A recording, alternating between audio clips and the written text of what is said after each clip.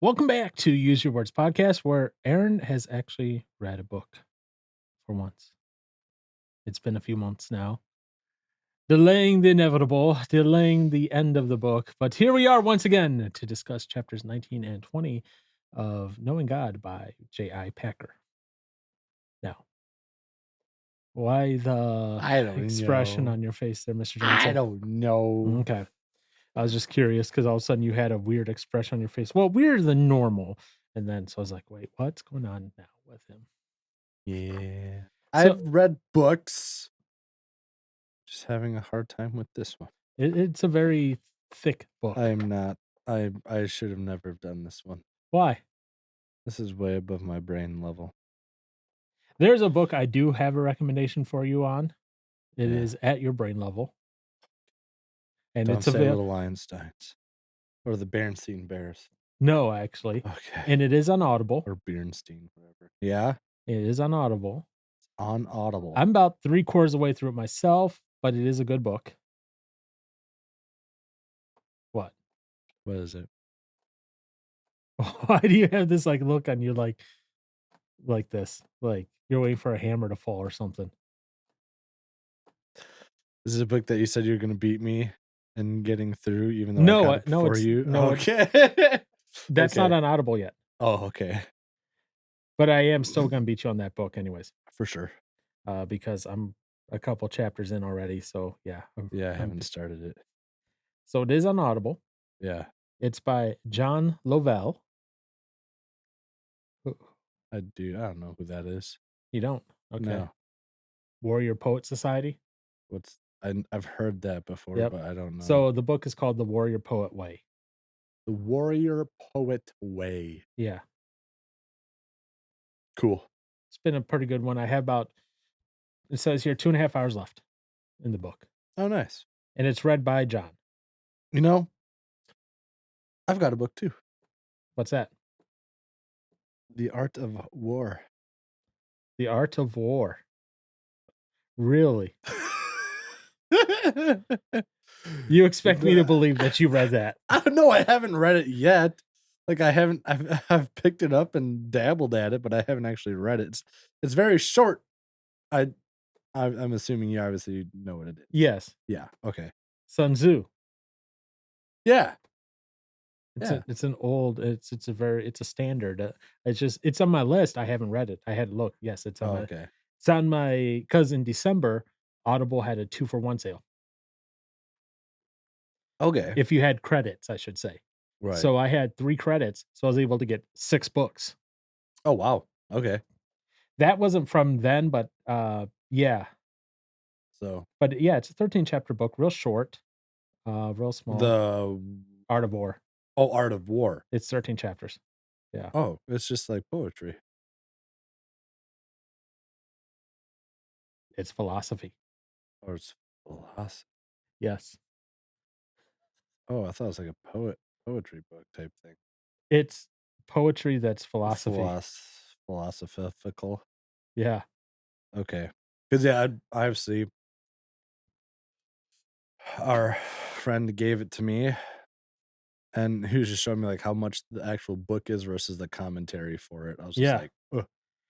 So here's the description, the summary of The Art of War. Okay. The The Art of War. the Okay. 13 chapters of The Art of War, each devoted to one aspect of warfare, were compiled by the high-ranking Chinese military general, strategist, and philosopher Sun Tzu. In spite of its battlefield specificity, The Art of War has found new life in modern age, with leaders in fields as wide and far-reaching as world politics, human psychology, corporate strategy, finding valuable insight into the time-worn words. Hmm. Yes. So it's not poetry per se, it's philosophy of war over 13 chapters. That's awesome. Yeah. So listen, that I'm surprised you would recommend that, but okay. No, that's just what um was being given to me to check out in case that would be something interesting to go over. But The Warrior Pro Way, if you want a quick summary on it, it has this is its subtitle of it. The Warrior Poet Way, a guide to living free and dying well. Interesting. That's short and sweet, to the Mhm. point. Yep. Hmm. But that's not what we're here to discuss today. No. We're here to discuss chapter the long. When I say long, I mean So I was reading through this book and I was like, "Wait a minute. Did I miss the chapter heading to chapter mhm. 20?" No. No. I was only about halfway through chapter 19 and I go, "Oh boy." And I continued reading and then I was like, "Let me see how many." I was like, "Oh boy, this scrolls for a long time." So I hit chapter 20. Yeah, it is a long one. So chapter 19 of Thick. this by Packer is called Knowing God. Uh, No, Sons of God. yeah, I meant to say chapter 19 of Knowing God is called Sons Sons of of God. God. There we go. Okay. And he starts off right away with this where he says, "The richest answer I know is that a Christian is one who has God as a father." To which again, that's like sentence 2 of this, or is it? Nope, that's sentence 2 of this chapter, because the first sentence is, "What is a Christian?" Right, it's a question. Yeah, but it's Wait. still a sentence. And then sentence 2 and is this Oh, essentially. It's oh, because okay, it's after a yes, comma. It's yeah, after a comma. yes, it is. So again, this is sentence 2. I hadn't read further into the chapter yet. I literally was taking notes as I was going through it. And I wrote this. Oh, jeez. What's interesting then is for someone who grew up fatherless and doesn't understand what it means to have a father. Okay. How does this then apply to them? Because the idea of having a father is this foreign concept to them. And now later on in Okay. the chapter, he does go, "Well, people who say that, people grew up without fire, blah, blah, blah." I was like, "I'm sorry, sir. Let me take your father privilege and, let's." Yeah, I know. Spoken like a true millennial. Take it in the parlance of the common day. But no, I was like, but in my head, I was going, "Okay, your father privilege is showing." Oh my gosh. No, but it is real. Someone like Packer who or you who grew up with a father 100% of the time, you're not gonna Mm, know what it's like for someone maybe who, like, was born and never knew their father, growing up. That's a different dynamic. I at least got to know my father part of my life, right. first 14 years. So I at least got that, and even then, that it was still It's still tough. that was still difficult. Not that so that's I was like, "Yes." In your mind, intellectually, I get why he's saying that, it makes sense, but that it's a far different reality.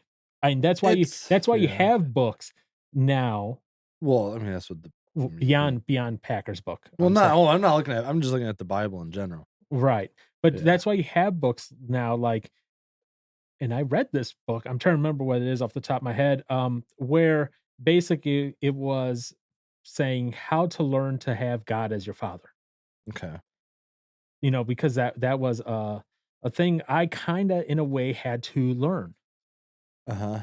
because that is what it is. I think I can find this here. Fathered by God by John Eldridge. Okay. Like, that was a book I went through just to kind of learn that as well. Just what does it mean to have God as a father? What does it mean for that to happen? And it was geared specifically to those who maybe grew up with a broken home or grew up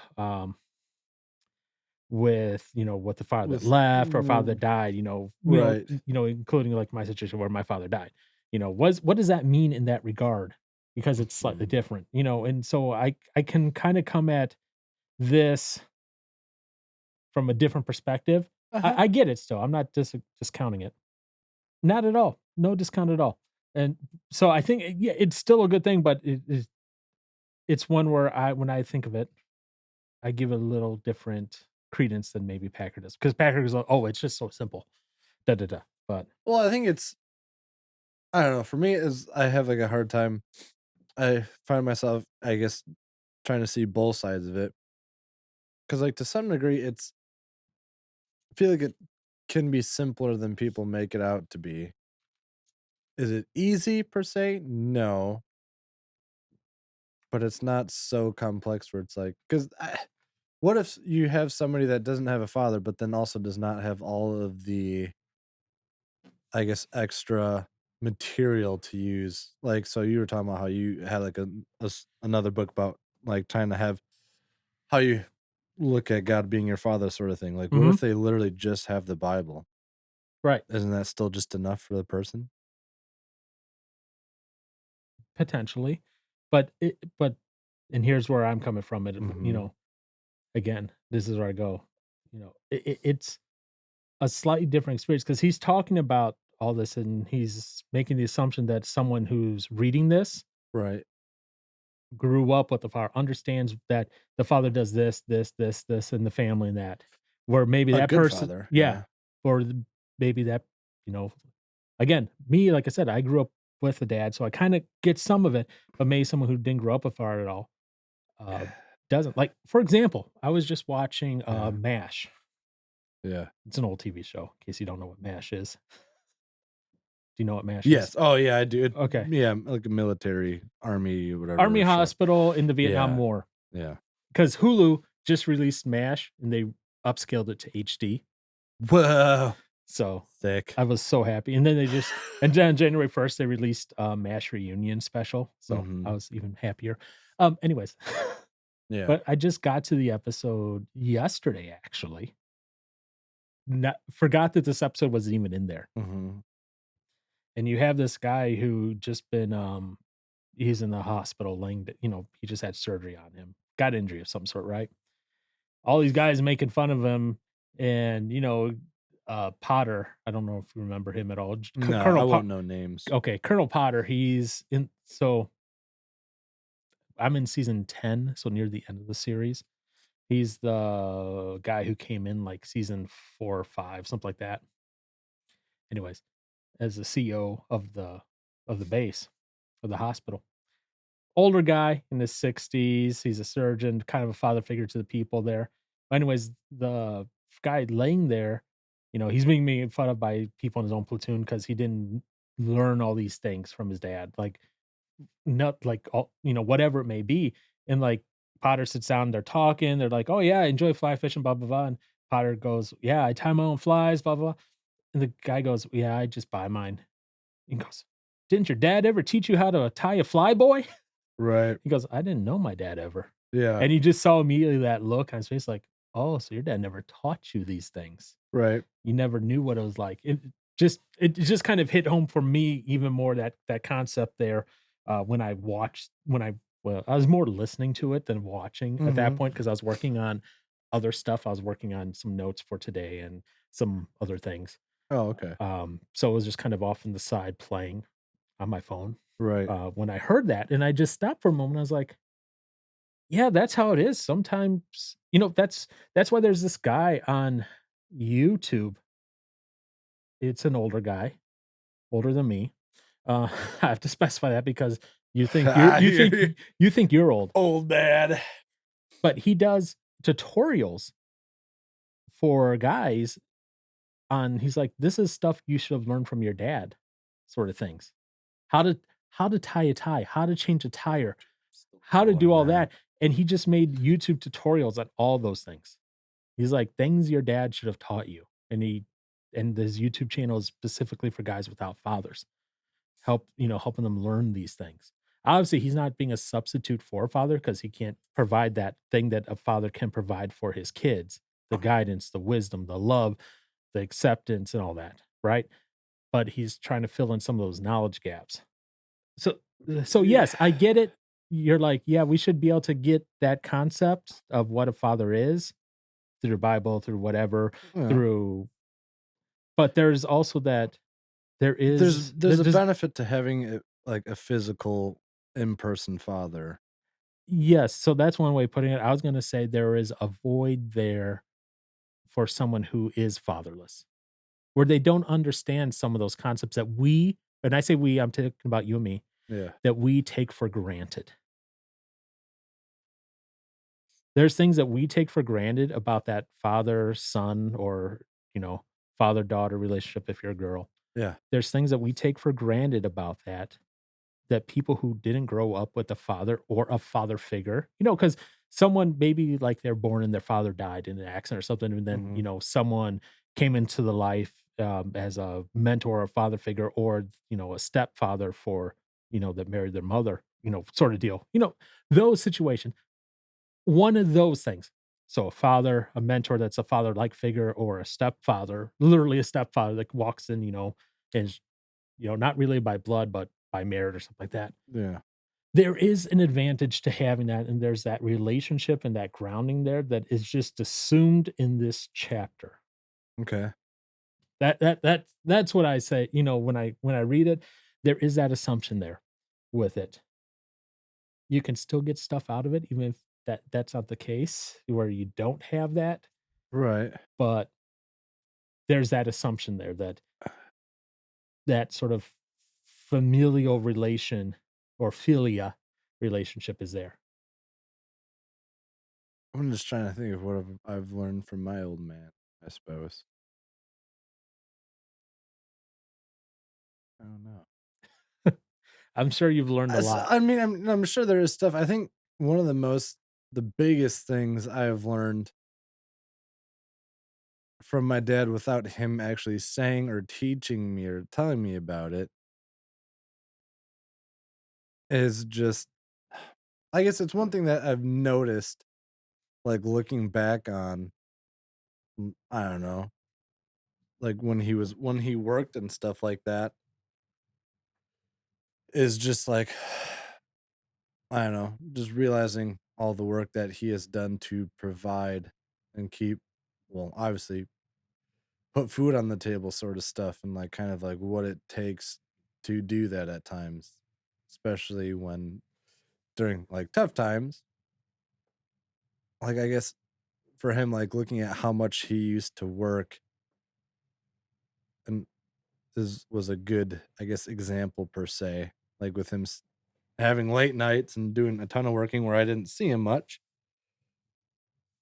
Uh Taught me like I guess one of the things as a father, the providing for and working for your family sort of thing.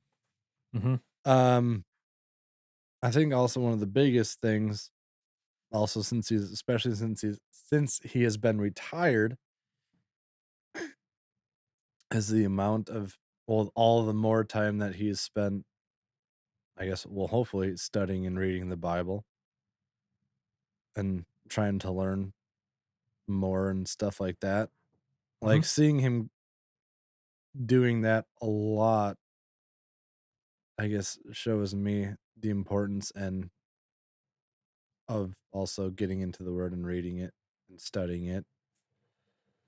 Especially if he's doing it as much as he's doing. I don't know, it just shows that there is something more to it than what you just obviously hear at church and just standard Christianese talk sort of stuff. I don't know, for whatever reason, that just adds more depth to it for me, or emphasizes the importance of it more, even in his old age. Mhm, And that's one thing that has also given me some, I guess, like, sort of peace of mind and not feeling like a complete failure per se. 'Cause it's like, when I've talked to him about stuff, like, with just going over my head, there's not a lot that necessarily sinks in, at least for quite some time, to realize that him and I are both quite the same in that way. It's like, "Oh, okay. I'm not just a complete idiot. I might not be smart, but I'm not a lost cause per se." So I guess those are probably some of the biggest things I think I've learned from the old man as far as, like, I don't know. I suppose having respect for people's property is something I've also learned from him, to treat others' stuff nicely and with respect and not just being stupid with it. Because he's taught me by destroying my stuff when I've been careless with other people's stuff. interesting. So, I don't know. I don't know. I guess I'm just, like, looking back, like, a lot of the stuff, like, as far as, like, tying a tie, I've never learned how to do that. Right, those are some There's a lot of, like, the stuff that's not important. depends on the business you're in. Well, but you have YouTube. Yeah. Like, there's a lot of that, like, some of that sort of stuff. can be learned through so many other people. Like, you can still have father figure like, one of my friends never had a good relationship Right. with their dad, and her But she had a father figure, you're saying? at church. Yeah. Yes, she S ended up developing one. I mean, this was, gosh, years ago. Mhm. So, I mean, And that's why I said yeah. father figure, adopted father, Yeah. because any one of those are good. Those provide that Right. relationship. Yeah, some of it is the peripheral stuff like tying a tie, but some of it is Yeah. that relational It's the stuff. deep Some of it yeah. isn't necessarily things that you learn directly, but you're taught through that interaction. Example and Yep, watching them live their life. exactly. Yeah. So, Which, I mean, I gosh, I am curious now, like, I wanna find somebody that, I don't know, didn't have a father growing up and maybe just somehow was I don't know. I don't know. Curious. curious about what? If there's some well, there's gotta be someone out there that didn't grow up with a father, but then had a friend that introduced them to Christ and God, and then had that be, I don't know. We'll Difficult? see how well, yeah, and obviously being difficult, but it's like it's there. So, I don't know. Yeah. Curious. I'm just telling you, as someone who grew up with the fire only the first 14 years, and then, Yeah. Well, it's yeah. it was hard for me, and I'm telling you this, not as as example, But but yeah. as, whatever. In my 20s, I found it hard to imagine is not the right word, but to relate the fact that God was my father. Right. I couldn't in Okay. my head, that didn't work out Uh-huh. because I didn't really have my dad during my teen years, I guess you could say that, Yeah, you 14 had to yeah. 18, 20. When you're really growing, kinda growing Uh-huh. and going through this thing. So, in my head, that didn't click. It took me a while for that to click. I would Right. say probably my late 20s, early 30s is when that finally clicked on what that meant, Mhm.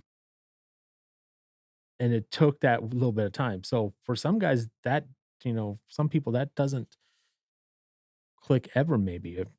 Oh. Oh, So that's rough. That sucks if that's I the know, case. but it is. I'm not saying then, chapter 19 should be just Oh, no, no, no. thrown No, out I know you're space. not saying But that. I'm saying some people, I'm not saying It's all, I'm saying some people uh-huh. might have a little bit of trouble relating to how chapter 19 fits into their lives Right. because of what what it starts out saying that Christian is one who has God as a father. To them, they go, "What does that mean?" Right. Or, but conversely, let's say they had a really bad Bad father. yeah. That might be That'd something, be a deterrent. and I'm That'd talking be a about someone deterrent. who maybe was abused or something like Right. that. Yep. So, Yep. but Yeah, having a father would be a scary thing uh-huh, because of the outlook you have of what a father is. exactly. Yes. So, anywho, all Yeah. that just from that one little sentence. We're on a great start. So, um, quickly he goes into it and he goes, sonship is not therefore universal status into which everyone enters by natural birth, but a Right. supernatural gift which one receives through receiving Jesus. Mhm. Cool. Yeah. What? That's there's this gal on the news, like, whenever it comes up about, like, religious stuff or whatever, or something goes on, like, she'll say, like, "We're all God's children," and stuff like that, but it's like, "No, I mean, we aren't. We're No. His creation. Yes. We aren't all His children." So that's one thing that, like, always this and, like, as soon as I read it's well, what, the 4th sentence of the thing was the idea that all children of God wait, the idea that all are children of God is not found in the Bible anywhere. Yeah. Yep. So I was just like, this as soon as I read that, I thought immediately of that. Just like how many people do just say this, like, oh, we're God's children, yada yada yada. I was like, nah, no. Right. And they further emphasize that here. Was this on page 201, where it says, sonship to God then is a gift of grace. It is not a natural, but an adoptive sonship. And so the New Testament explicitly pictures it. And then they go on to talk about something that I didn't know about until I read this book. And I Uh-huh. did some research, and it turns out to is beyond true, and I am It's impressed. beyond true. Yeah. Whoa, how's Which something is the beyond true? next sentence here. When I mean, like, beyond true, like, it's true, and then I'm there's even more to there's it. this Oh, okay, okay. Okay. So in the next sentence here it goes, in Roman law, it was a recognized practice for an adult who wanted an heir and someone to carry on the family name to adopt a male as his son, usually at age rather than in infancy, as is common way today. In other words, a, someone who had some money Yes, when they were older, and let's say they didn't have any children, they could or buy one. they had children that they're like, ah, no, I don't want them to carry on my name, right? Right. They wouldn't go out and adopt a child. They would find someone like your age and say, "I'm adopting you, Aaron," Oh, right. and adopt you. You then become the Inherit their name, inherit their name and their fortune, and you continue their their family name. line, yeah, which is kinda stupid, but, they did it. Yeah, but remember, when we're talking about adoption now in the Mhm, New Testament, mhm. we're talking about that as the cultural backdrop now. We're not talking about adoption as being adopted when you're a little tiny baby, No. straight out straight out of the womb. You're being Right, adopted no. as this as As an someone adult or who you're whatever. being adopted as someone who has great wealth and riches, adopting you to carry on the family name. Mhm. Right, yeah, it's yeah, Yeah, yeah. and it's that concept that they were adult men who were adopted, not children. Mhm. And then someone else made a point here, um, adoption meant transferring from an old authority to a new authority. And here's what they wrote. In Roman law, a son this isn't in the book, by the way. This is somewhere else. In Roman law, a son was the property of his father. He had no possessions of his own, and legally, the father could sell him as a slave or even put him to death if he wanted to. Roman adoption transferred a son from the complete authority of one father slash master to another father slash master. The son could no longer inherit from his first father, and many commentaries say old debts were canceled. Hmm, You start bringing that concept of adoption into the New Testament and the gospel, and all of a sudden it starts becoming a little bit more clear when they talk about adoption why it is so powerful and so rich in that regards. mm, So Paul is writing his stuff here in Romans, particularly about adoption, with this as the background context of what adoption meant to the Christians in that time. uh, Because they would be familiar with what adoption meant in the Roman era, in the right. Roman Empire.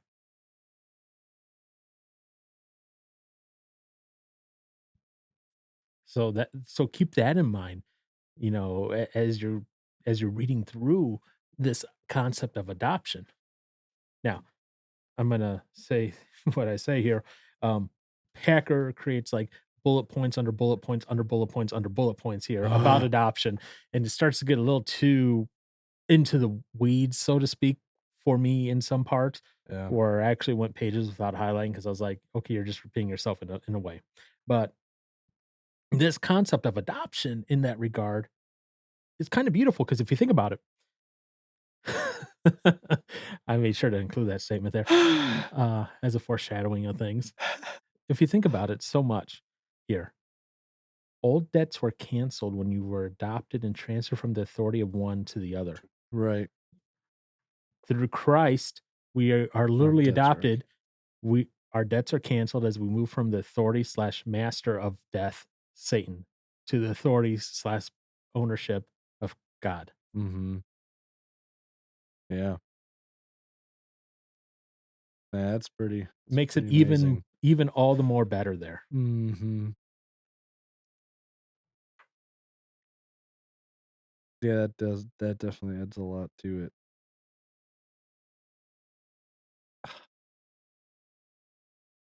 All right. So, oh, what? Nah, mind blown. As we continue on through I don't know if you have stuff highlighted here now. I mean, there's I don't know. There's a few things like here and there. Okay.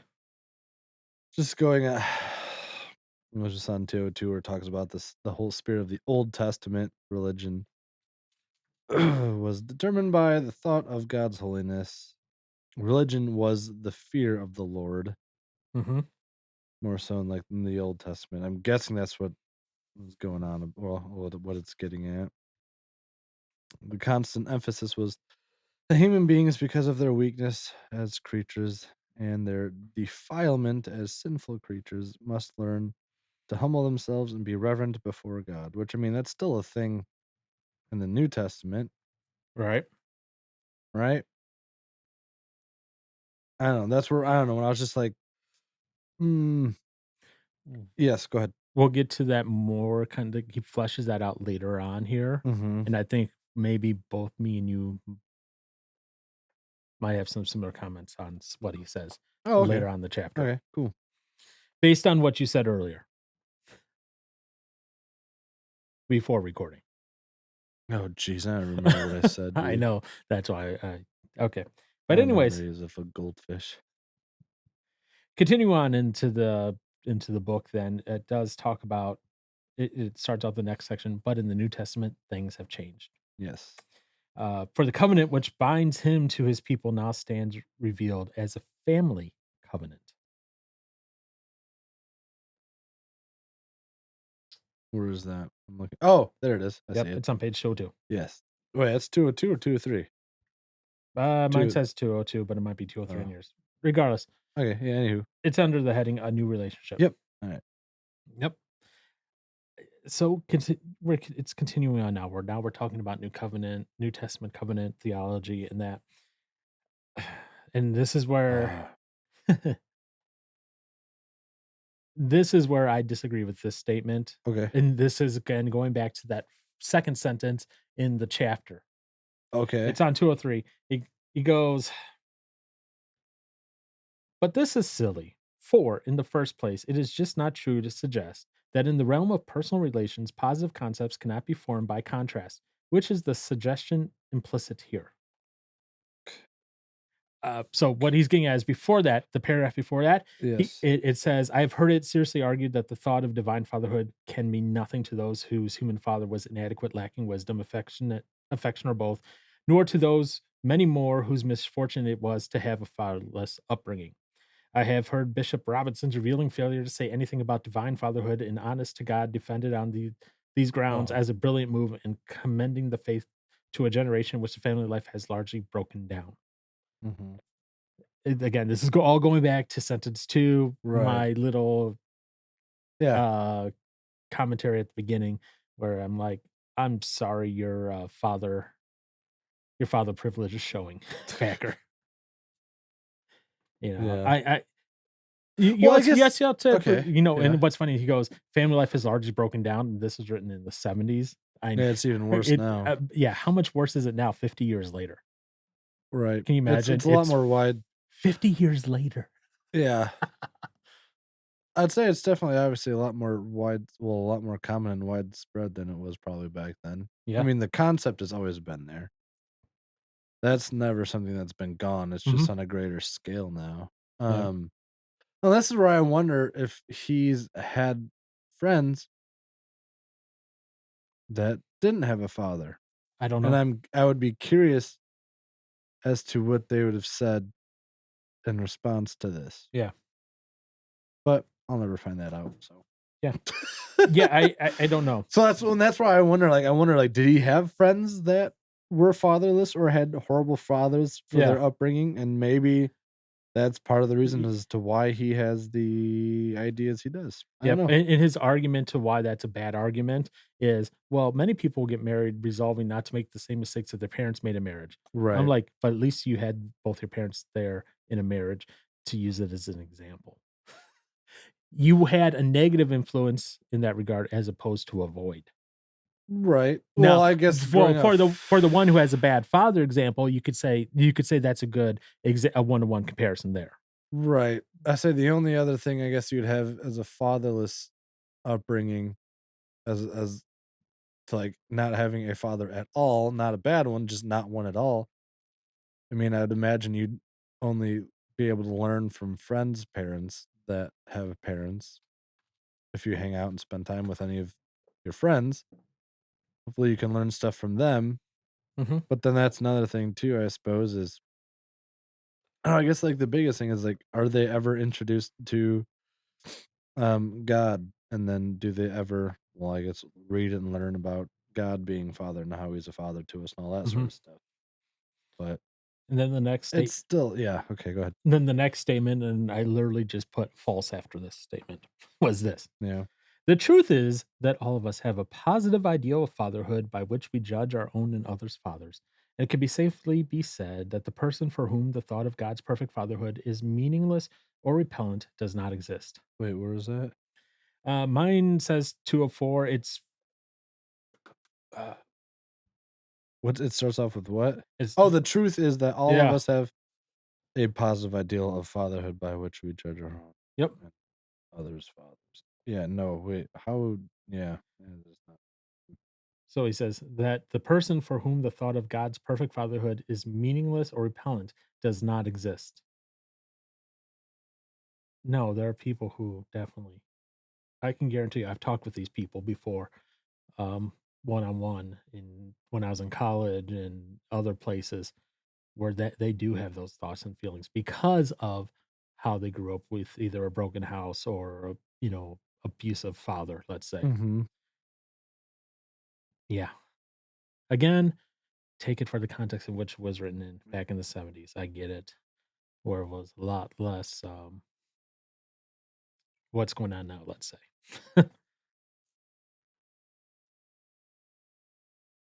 Do you have any comment on that? Not at the moment, no. I mean, from what you said, I mean, yeah, obviously people have wrong or false, I guess. Well, just yeah, wrong outlooks and don't understand stuff. But it I'm trying to read it and I know my brain hurts. Your brain hurts. Yeah, always. uh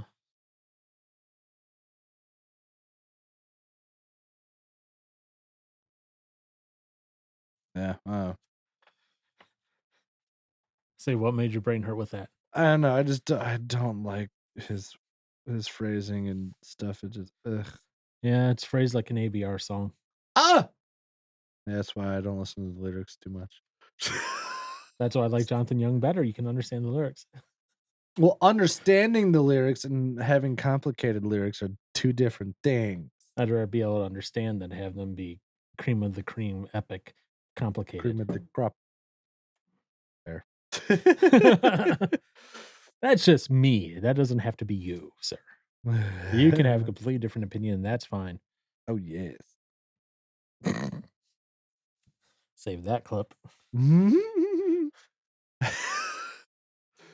Oh, man. I know exactly what I would do with that. Oh, no. Uh-oh.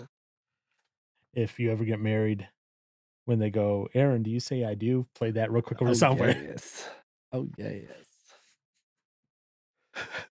You would Boom. what would you do? I'd probably just laugh. Be like, "Alright, yep." And your future wife would shoot me. Nah. Well, she is I mean, she is a hunter, so It's alright. I always carry 2. that's fair. Anywho, back to the book. It's gonna be a cold western shootout at my wedding, I guess. Oh, boy. Wedding and a funeral. Might as well get them 2 birds in 1 stone, man. Heck yeah. Till death do you 2 part? bir Wow. dead. That was quick. That didn't last long. Oh, man. Okay, Gosh. So the anyways, book. so was there anything else in well, I shouldn't say anything else because there's a lot of this chapter Yeah, that there continue is. was on with it. Because the next Uh-huh. highlight I have isn't until the next main headline, which is adoption the highest privilege. Oh, okay. So I don't know if you have anything between I this last statement I read and this one. I just, For myself, I just underlined underlined where it talks about first, fatherhood is implied authority. Father commands and disposes. Second, fatherhood implied affection, the father's love for the son. Third, fellowship. I am not alone, for my father is with me. And then fourth, which fourth is the last one, right? Uh, Or is there more? There might be more. No, that's the last one. yep, Um, fourth, fatherhood implied honor. God wills to exalt his son, yep. and that I mean that's I guess what how to be a father. Those are four things to on how to be a father. Right, and those are the 4 things that a fatherless person might not Might understand. not have. And Well, well, they're gonna understand that they're gonna understand authority, okay? yeah, Because authority is a pretty easy yeah, one to but grasp. Whether affection you like it or not, right. well, is your own thing. Affection, they might not. Now, Affection, because there's a yes. difference between affection and lust and, being in love with someone. Oh, absolutely. Those are 3 different things, right? Yes. They might understand lust and love, but they might not understand affection necessarily. There's a difference between the Right. affection from your mother and the affection from your father, especially for sons. But even then, and daughters too, there's a difference in how your mother shows you she loves you, I'm Mhm. sure, and there's a difference in the way your dad shows you that he loves you, Right. okay? So, yeah, I'd have to say, yeah, the last 3, the affection, fellowship, and honor are probably the ones that people wouldn't get the most. Yeah, Um, and if you can't understand those in a human context, it's gonna where be difficult to understand. as I say, in a human context where there's someone there, it's harder to understand that in the context when there's someone God's with you all the time, but you can't physically see him. He doesn't manifest physically. He did that with Jesus, but that was it. Right. We don't have that currently in this day and age. No. So that's why it's a No. little different, but that's why there's that extra hurdle there. I'm not Mhm. saying it's impossible. Oh, no. I mean, I No. guess I would imagine the best way to get any of that is through the church, the body is And where you'd get those things from someone within the church that yeah, but you even go then close to. we're starting to fail that. We're starting to fail our young men. Oh, yeah. Our young men are looking to people like Andrew Tate and them because they are promoting this like strong masculinity and they're like, we want something, and they turn there instead Right. of to the guys in the church.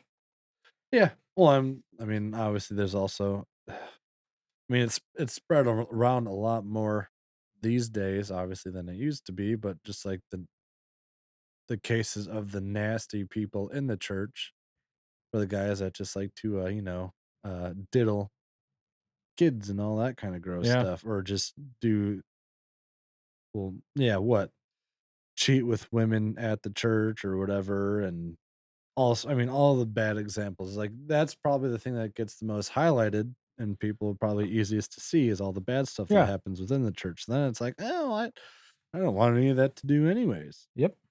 Well, I don't want anything to do with that, anyways. So yeah, I mean, yeah, we're destroying our own testimony and witness to those of God from idiots in the church. Yes. All right. So, But yeah, so you have stuff for adoption, the highest privilege.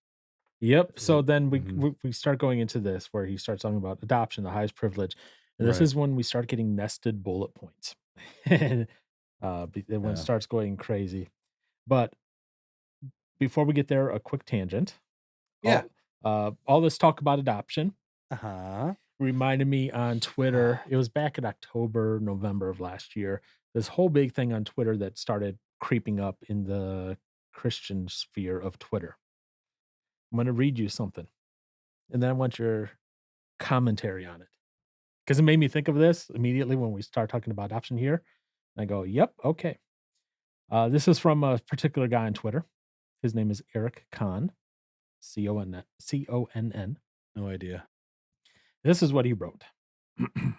There is no moral obligation to adopt children, not from the ghetto, Sudan, or Russia. Contra the trendy movement led by Russ Moore and David Platt, the gospel does not require adoption. In fact, it is often unwise and detrimental to do so. Loving your own is natural, not sin. Yeah. Wait, what? Loving your own Yeah. is natural, not what does he mean by loving your own? Your own children, your own it's up for, definition there. What does loving your own? What I can gather based on context is like loving your own children is okay. You don't have to adopt. That's what he's kind of getting at. Okay. He also says, um, many of the same people pushing adoption, not a command, were okay if you had few or no children biologically, an actual command. Complete inversion of scripture. In other words, this guy isn't, because there's a lot of Christian organizations out there that are like, hey, adopt from Right. these places, whatever. And he's like, no, if you're not having kids, you're not following scripture. And if you're adopting, you aren't following scripture. Oh, that's oh, if you're adopting kids, you're not following scripture? And you're not having kids of your own. Okay, yeah, now that you say it like that, it's like, "Oh, Yeah. okay." And the fact that he says, in fact, it is often unwise and detrimental to do so. To do so is adopting. Right. Loving your own That's is natural, not sin. oh, okay, well, now that you just broke it down like that, when you say loving your own is natural, not sin, so he's saying that adopting is a sin. No, he's saying loving your own. Like, let's say, okay, I'm just going to throw this out here, right? Let's say you Uh-huh. had two children with you and your wife, whoever that may be, Yeah. and you decide to adopt someone, Yes. adopt a kid, Yeah. right? Mm, From China, okay. Amy's brother. Yay! Okay. What he's saying then, he's saying, well, that's wrong that you were to adopt instead of having another kid on your own. Oh, well, right. Yeah. Okay, so yeah, Yeah. so he's basically saying that Yep. adopting is a sin Yep. versus having your own kid. Yep. Yeah, but I So, yeah, just yeah, sorry. When I was as we're going through all this about yeah, adoption and everything, that was, part of the things that started coming up. Um, that's what I don't why would it was this big old that is so it is weird because like, especially now well, okay, granted, like, thinking I don't know, trying to read the Bible within a year sort of thing, whatever, and as I've been reading through Genesis, it's crazy to hear well, granted, obviously, things were obviously very different at that time than it is today. I mean, people lived to be stupid old back then, but, like, hearing about, well, just Abraham and Sarah, how they didn't have a kid of their own until they were late in years sort of Mhm. thing. Like, it makes me think of I mean, I have a family member that they couldn't, like, physically have a kid. Like, for whatever reason, it just never worked out no matter how many times they tried together. Right. So I believe they've adopted someone by at this point. So it's yeah, I guess, like, what do you do if you literally cannot physically have kids? Like, why is that I mm, don't see adoption as a problem at all. no. These that's why I said these strange people here in the Christian Twitter sphere are Yeah, just weird. They're also like, yeah, they get up in arms about other little things too. And I'm like, really? Do you have not anything else in your world to do than to clearly not. no? Where their sins are going, oh, you got to talk about the people who dress with a scarf. Oh no, That's pretty bad. yeah. Scarves are not good. So, yeah, it's just Yeah, I guess that's really stupid to say that adoption is a sin versus having a kid to be well, a natural yeah, we have a kid just naturally within like whatever. like me when I was younger, right? And this was a thought. It was like, if I ever got married or whatever, I wouldn't want to have natural kids because of my own genetic history with Agent Orange. Right, I get that. Be like, nope, adopt. There's enough kids out there, anyways, that need adoption that don't have families. There is a plethora of that too. It's tough. Guess what? Those kids become part of your family, then, not just like little accessories for you. They're part of your family, no Right, doubt. they are. Yeah. Man, that is an interesting thing like that. Slightly been on my mind. Not I guess not a ton. What kids? Yeah. Like the thought of having them is kind of scary. But like I know for like some people that I know that are very against like contraceptives or whatever. Especially in And like the Catholic sphere. well, yeah. Yeah, that's for sure. But like even just like okay, like obviously like I am against like uh what plan B and stuff like that. Hmm. Um I guess the only, like, preventative I would use as, like, a birth control per se would be, like, a condom or something like that. But there's, like, people that I know that are even like that, it's like, "Why?" Like, "Don't even like, you shouldn't even be doing that." Right. Like, if it happens, it happens. Okay, so we're gonna get into birth control story hour with Aaron now. Yay! So condoms, okay. Yeah. Birth control pill for the woman, okay or not? Birth I guess so what does that do? I guess, per se? Like, I guess I don't have it's not like a plan B sort of thing where once an egg is fertilized, it just washes it out, is it? Or what is I thought it was just something that just, I guess, prevents an egg from being fertilized? I don't know. All right. Yay, learning time. Wow. Woo! The things that you have to teach with Aaron sometimes are It's stuff I haven't worried about looking into because I don't have to worry about it yet. Alls I yeah, yeah. I guess okay. the only thing I would ever plan on using would be, I suppose would be a condom sort of Okay. as far as, yeah, any sort of birth control per se. But that's where I've also learned that, I mean, you can obviously still try and have a kid as a couple, and even if you don't avoid, or don't take any precautionary measures to make sure that you don't have a kid, you still might not have a kid. Well, and especially recently in the world right now, I think we've talked about this before, touched on this before. Sperm counts of men are going down. Yeah, right. There's that too. So, I mean, Yep. yeah, Okay, so birth control pills. yes, Let's get back to that. tell me about them. There's a couple different types. Okay, So there's the type that's typical, which is contains two different hormones, okay, which is the FSH, follicle stimulating hormone, and okay, LH.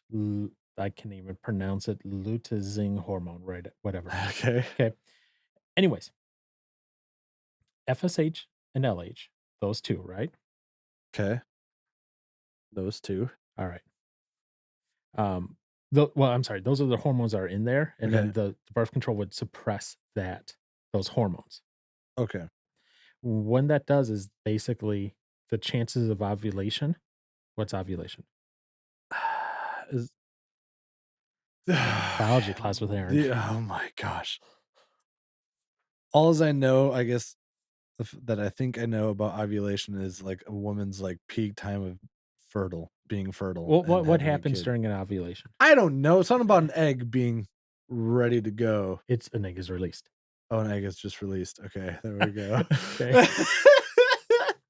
So if those hormones are suppressed, Yes, then ovulation doesn't occur. If no ovulation occurs, what can't happen? the egg is not released. Which means it can't be fertilized, which means no child. Okay. So I Okay. guess, like, as long as an egg isn't actually being fertilized and that life Right. isn't created, Well, there's a different type of birth control as well, yes. which is a progestin only birth control. Okay, this sounds gross, but listen. That birth control pill causes the mucus in the cervix to thicken, making it more difficult for To sperm to get reach the through. egg. Okay, Therefore, ovulation doesn't occur. okay. Or no, I'm sorry, ovulation still occurs, but but the egg's not actually f released. egg's not fertilized. Alright, so if the mucus thickens, Yes. sperm can't get through, Yes. therefore can't get fertilize the egg can't fertilize the egg. And then it just passes through. Well, yeah, the sperm dies and then the egg Right, well, and the egg is flushed out, yeah, whatever, yeah. so So, I guess in my mind, as long as an egg is not actually fertilized, mhm, I don't see an issue with it. m'kay. But as soon as an egg is fertilized and then you get rid of it, in my mind, that's Plan B or plan abortion, B. yeah. Yes. Yeah. So I guess if there has been if life begins at well, I guess what? Con Fertilization, conception. yeah, that was the word I was trying to say. Mhm. And you end it after that, then it's wrong. But if you stop it before any of that ever happens, I personally don't see an issue with it. But that's where I've had some friends just say, "Well, if God wants it to happen, it'll happen. If he doesn't want it to happen, it won't happen." But that's all like, in my mind, it's like, okay, I don't know, that just seems kinda ridiculous to me to have that sort of an argument Yeah, about it. that's the very Catholic, approach to it, that's why, like, they don't use condoms or anything like that, Mhm. and then So, because it's like, I mean, he's given us minds to be able to think and be smart and wise about stuff, like, we don't have to just be carefree and be like, "Oh, if it happens, it happens. If it doesn't, it doesn't." I don't know, that just seems a little silly to me, but yeah, and like I said, or you said, I should say, you use a condom and there's no fertilization happening. mhm, Both ingredients are still there, they're just separate, and yeah. Just never meet up. one just gets tossed in the trash, literally, Well, both do. that What? night. Yes. Okay, I'm yes. trying to I'm thinking because like, it's like if that egg is still released, then I mean, oh, it doesn't go in the trash per se, it just gets flushed down and bye-bye. But, regardless, yes. So, adoption is fine. Get over yourself. this has been Biology 101 with Aaron. Sorry. Gosh. The more you know. Man, what other biology classes are we gonna have to have before your marriage? Probably a lot. There's a lot I'm gonna have to learn. There's a lot that I'm learning and have to re-go over. So we'll find out, man. Don't worry, I won't go to you for everything. Go to your dad. No. Go to her dad. No. I don't wanna. Mm-mm. I'll go to somebody else and I'll figure that out They'll when I need to. teleconference all of us in, Huh? and they'll teleconference all of us in. Okay. That sounds great. Me, your dad, and her dad will all be on a video call with the person you go to. Oh my gosh. Well, y'all have fun with that. I'll Uh, enjoy all the conversations later. Mhm. I mean, wouldn't be the weirdest one. Anyways, So adoption, yes. it's cool. I like adoption. There ain't nothing wrong with adoption. Okay. Here's what I underlined here under this segment What here. did you underline? As justification is the primary blessing, so it is the fundamental blessing, in the sense that everything else in our salvation assumes it and rests on it, adoption included. And then he goes on to say, but this is not to say that justification is the highest blessing of the gospel. Adoption is higher, Mm, which is a very weird way to put it, but you know what? That's okay. yeah. Was there anything else in this segment that No. stuck out to you? The other part that stuck out to me, and so on, because I was like, if you were here alive, Mr. Packer, we would have words. Hmm, It's the right before adoption, the basis for our life. okay. He says this: when one sees depression, randomness, and immaturity in Christians, one cannot but wonder whether they have learned the health given habit of dwelling on the abiding security of true children of God. Not all of that is always because of that spiritual issues. Sometimes it is a physical, mental issue. Right. That's why I say me and him would have words. We wouldn't come to fisticuffs or anything, but we'd have words. Yeah.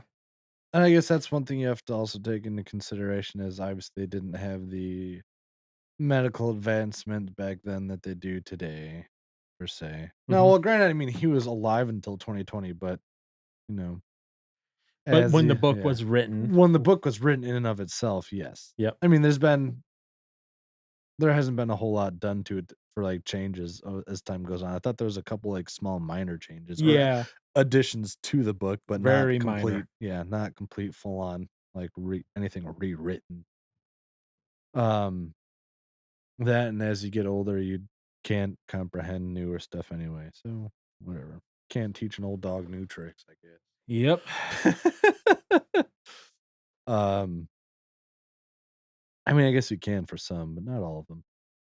But, yeah, there's definitely been a lot more stuff learned as time goes on. But, Yeah. like, that's What? I don't know, like, that's like,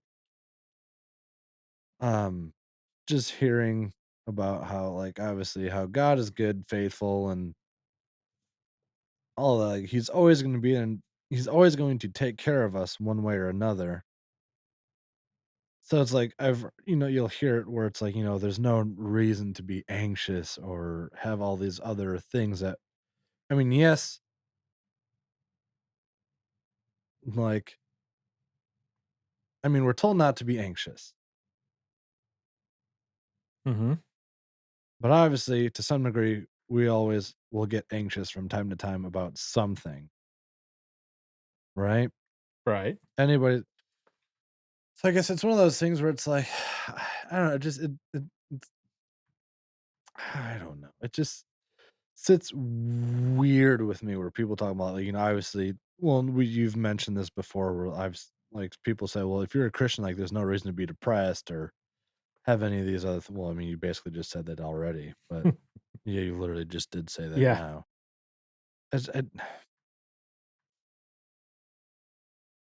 It's like when they talk about it like that, it's like I it's so weird to me where people just have the mindset like there's no need for or there's no reason to ever feel this way if you are a Christian.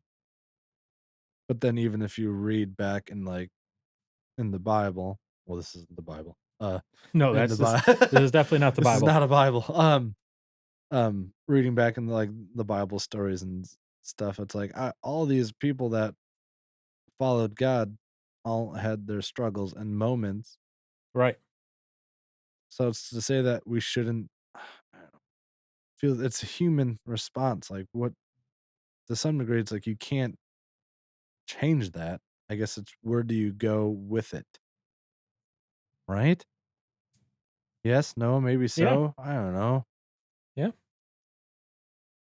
I guess it comes to the point of where do you let it just overtake you and you dwell on it and let it get a hold of your mind and change your mindset and where you know, either avoid or turn your back on God per se, or do you bring it to him and get help through it and with it and get over it? I don't know. Whatever. Okay. I So I get what you're saying though. That is yeah, that's what I that's said. We would have words. We wouldn't come to fisticuffs, but yeah. throwing some fists over No, here. we'd be no throwing a fist. Have a civil discussion. There's no need for fist throwing in this Not in regard. this, no. No, not at all. I think there's ways to have that conversation and have it appropriately and have it maturely. Whatever. Just yes. All right, now Aaron's going to tell us about how adoption is the basis for our life now. I am. That is Packer's next segment where he says adoption, the basis for our life. Uh, yeah, this one is where he starts getting into Christian conduct and Okay. prayer and life of faith. And he goes, what adoption shows us. So I don't know if you have anything in all this where you highlighted. The only thing that I highlighted was under Christian conduct, where he Oh, says okay. Christians must seek to behave in public in a way that brings praise to their Father in heaven. Their constant concern must be that which they are taught to voice at the outset of all their prayers. Our Father, hallowed be your name. I was like, "Hmm, interesting." And this is in, like, a list of points he has. Mhm. So the first one being, uh yes, the Christian conduct. So, number 1 is imitating the Father. Number Mhm. 2, of glorifying the Father. Number Mhm. 3, pleasing the Father. Mhm. So, again, for those people who have no concept of what a physical father is to them, they might have a little trouble following along with this concept of why you would do this. Because Right. like imitating the Father, for example, right? Yeah. You Well, I guess who do you imitate? Yeah, Yeah. but I mean, let's be honest here. Mhm. You definitely have taken over some of the habits of your own Shut dad. up. Yes. Definitely have. Okay. 100%. Well, I wasn't even going for that. I know, I was that's just going an easy one to go I was for. going the motorcycles, the guns, the smoke, the cigar and pipes. Uh, Spending habits. yeah, that stuff you like to watch on TV, movies. You like the drag Like, racing with him. uh, You like some of those old movies, the black and whites. yeah. Yeah, okay. Just get out of here. Right, leave me alone. You're using his camera tripod. Get alright, you've gone too far. Yeah, but am I wrong? No, you're not wrong. I'm not wrong. No, you're right. Yes. Okay, so see? Yes. Imitation. Yes. Yes. Got that one. And under imitation goes, "The children must show the family likeness in their conduct." You show the Johnson family conduct. Get outta here. You know what? See? You know what? What? No, no. You're right. I mean, from what I know of my dad, I definitely didn't pick up any of his conduct. I don't have cars all around that I'm fixing. I'm definitely not a mechanic of any sort. I Mm, don't trade repairs for worthless junk. don't trade repairs for worthless He would junk. repair vehicles for people and be like, "Oh, here's a VCR." They'd give him a VCR that was broken. So, he'd barter and Yeah, get but for ripped broken off. stuff. Yeah. Yeah. I was like, "What?" So yeah, there was stuff like that. Definitely did not do like my mom's like, "Yeah, the only thing that you got of your dad is," and she goes, "is you figure out stuff and not in technical stuff." But she's like, "Other than that, no." I'm like, "Yeah, Yeah. fine, whatever, whatever." Yeah. So, but yeah, you definitely are a Johnson. Yeah. Yep. What? There's Nah, yeah, I am. I can't tell you how many times I've talked with you about something and you go, "I'm just like the old man." I'm just like my old man. Uh-huh. Good Yep. and bad. Yeah. Yeah. Uh-huh. Yeah. Yeah, there's things to work on. So see? Imitation. Yep, that's there. Yep, yep. Why y'all like, "Yep, yep." What's the next one? Just kidding. I so then he talks about Christian prayer, about how Oh, okay. adoption models that and in the Sermon on the Mount and all that. I'm like, "I think you're stretching, but okay Wait, for what? for prayer." What about it? Because he says, "Adoption appears in the sermon as the basis of Christian prayer." I was like, I think you're stretching a little bit on this one, but you can have your point. That's fine." The Sermon on the Mount is what he's referring to. So he's saying Oh. adoption appears in the Sermon on the Mount as the basis of Christian prayer. I'm like, kind of pulling at that one a little bit. Uh, and then again, he says adoption appears in Sermon on the Mount as the basis of the life of faith. And in here he's basically going on. Um, he pulls this out. He goes, "Do not worry about your life," says the Lord. "What will you eat or drink, or about your body, what will you wear?" But says someone, "This is not realistic. How can I help wor- worrying when I face this and this and this?" To which Jesus replies, "Your faith is too small. Have you forgotten that God is your Father?" Um, basically, he's going on about, like, for example, you know, 10 years from now, Yeah. you're married, have the 5 children, 3 more on the way, and you're like, "How am I gonna pay these bills?" The banker's going, "Oh, don't worry about it." That that is such a weird that is a Obviously, that's an weird extreme situation, you with your 8 kids, but, oh, I yes. mean, you should be up to 10 by then. I'm not making up for Josh in this. No. No, no, no, no, Josh and no. me. Uh, You better start your schooling, boy. yeah, right. No, just kidding. And that'll well, that's something that'll be interesting to get into for the next chapter. Uh, but that is it's like that is such a weird thing What? because it's like you don't want to just be, in a sense, reckless. Mhm. Obviously, God is always going to provide for you, but there's also consequences for actions that you make.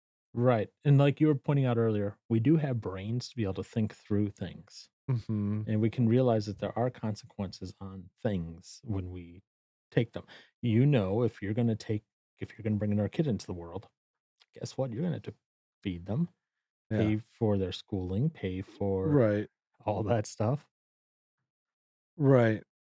And that's where it's wonder it's like for the people that say obviously that God will provide for you. I mean, I don't know. That's just such a, I guess, interesting. I'm not saying God doesn't provide, Right. okay? He, yeah. But I'm gonna say this as well. Unlike in the times of the New Testament, when and I'm not saying there weren't beggars or people on the outs or poor in that time. There were. There Yeah. definitely were. And you could say in the US, our poorest poor are richer than those in other parts of the world, which is true. Yes. But we still have children, elderly, sick, lame, who are suffering because they don't have access to resources, be that food, money, Right. heat, whatever.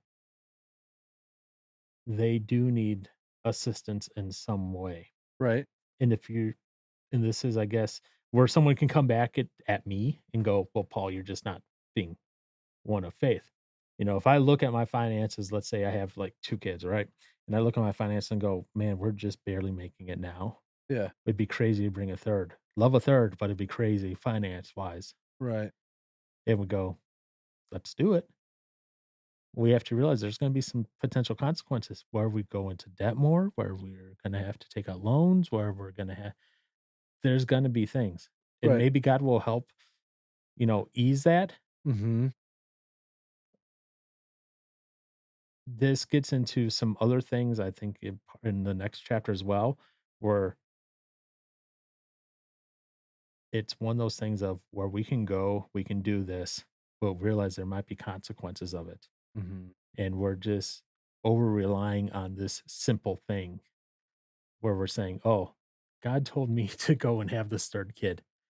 Well, that's And where we talk in the next chapter talks about that specifically, mhm. Right. And that's yeah, I don't know. It and where I think 19 and 20 kinda contradict each other in a little bit ways, but we'll go on with that. right. What were you gonna say? Well, no, yeah, I don't know. I was thinking for like for some things, it's like that's where it's for those that say to wait and pray, wait on God and pray and have prayer and stuff and like all that.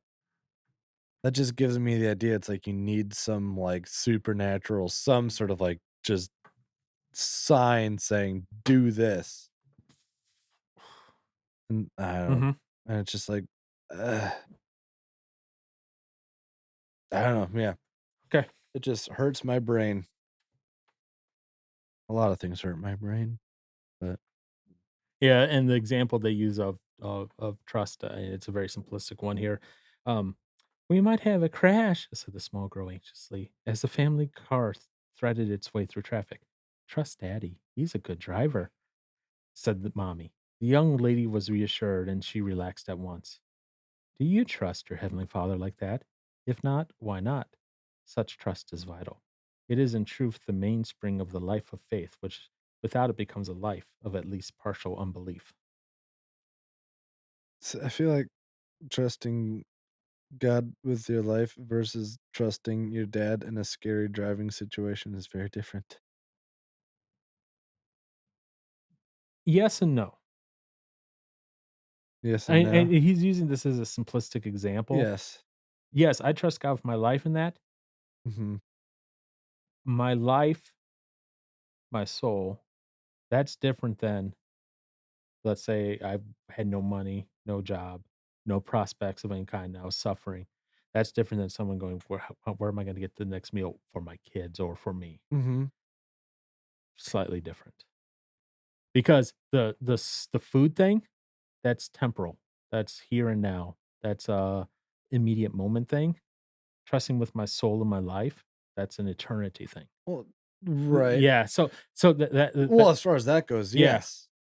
Yeah. So that's why I think of them in my head differently because sometimes the answer is or there is no answer for those immediate temporal problems.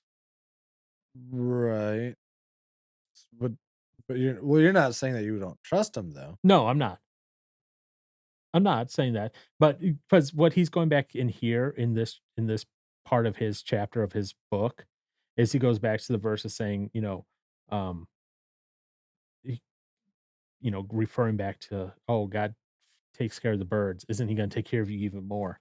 Right. That's not a guaranteed promise because prosperity gospel people This pull is that out and use that. It's not. It's descriptive, not prescriptive. Just like I told my mom the same thing about the Daniel diet. I was like, "That's descriptive, not prescriptive." mm, Do you know what that means? Descriptive, not prescriptive? What's prescriptive? it's something that a doctor gives you to help you out in It's the a time being. prescription. Yeah, Yes. it's like, "You should follow this," whatever Yes. this is, whether it's taking a medicine or going through this regimen or whatever, right? Right. Descriptive is, "Hey, this is what happened during this time." And maybe it was for a specific reason, Mhm. whatever and you're familiar with why they did all that fun stuff back there with the Daniel diet and that. So it was descriptive. In other words, that's what happened at that time under that circumstance. It's not prescriptive in that everyone else should do this at all times going forward. Yeah. That's essentially what it Okay. means. All right. Yeah. Descriptive versus prescriptive. But anyways, unless you have more on that. Mm-mm. Okay. Something that so this is what I read this. I was like, really? He's spending like this whole big 30 pages of this book Right. on this one segment, right? And he writes this: the word adoption appears only 5 times, and of those occurrences, only three refer to Christians' present relationship to God in Christ. In other words, it's used only this small amount of time, Right. but it takes up about 10% of the book to talk about adoption. Yeah. So I was like, really, Packer, drive me nuts, buddy. Uh, and then Beating a dead horse let over me here. ask you this: Yeah. Do you agree with his what he says his focus of the New Testament is? He goes, "Were I asked to focus the New Testament message in 3 words, my proposal would be adoption through propitiation." Hey, everybody. We're going to cut it there for this week's episode. The reason being, we still got at least another hour of, before I edit it, at least, to go. So I figure we're going to break this up into 2 weeks and we'll continue the rest of chapter 19 here next week and finish up chapter 20 as well, where we finish talking about some more things here. But yeah, let us know. Do you agree with Packer on what he's saying with some of these things on adoption and adoption through propitiation?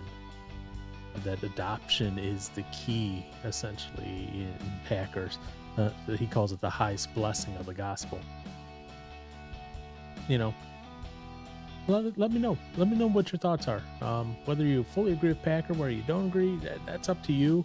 I'm kind of somewhere in that middle ground, and I have to realize that I might have a misreading of Packer's words, and that maybe down the road when I read through this book again, maybe I'll rethink it through. It's always a possibility. Don't know, but let me know what your thoughts are on it. Let me know what you think of Packer's book. And I know it's a very meaty, heavy book, so it's not the easiest thing to get through. If you don't want to read the actual physical book, it is available on audiobook, so you can go listen to it that way. Makes it a little bit easier, especially if you're a little bit older. You can just kind of lean back in the chair and listen to it be read to you. All right. Well, we'll catch you next week where we continue the rest of chapter 19 and chapter 20 as well. And then the week after that, well, yeah, you'll just have to wait and see.